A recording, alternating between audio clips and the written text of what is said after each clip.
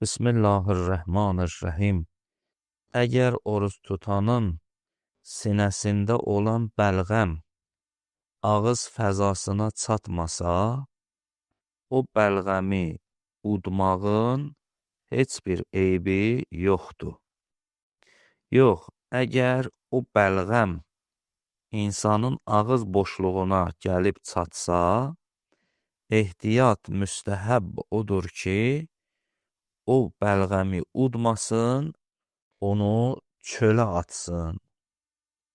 İkinci məsələ bundan ibarətdir ki, əgər insan oruç tutmaqla zəif ola, məsələn, bilir ki, oruç tutsam, bədənim zəiflənər.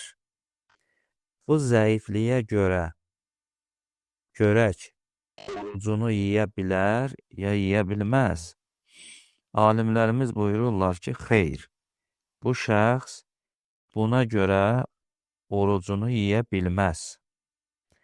Amma ikinci surət, elə zəif ola ki, məsələn, bu oruç tutmaqla elə bir zəiflik əldə olur ki, yəni bədəni elə bir zəif olur ki, artıq o zəifliyə dözmək mümkün olmur. Artıq bu zəifliyə insan dözümü çatmır. Bu surətdə buyururlar ki, bunun oruç tutmamağının işqalı yoxdur. Yəni, orucunu yeyə bilər.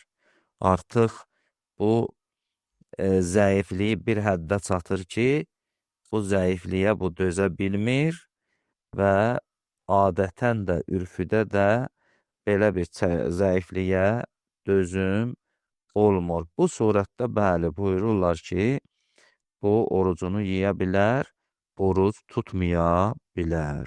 Elhamdülillah.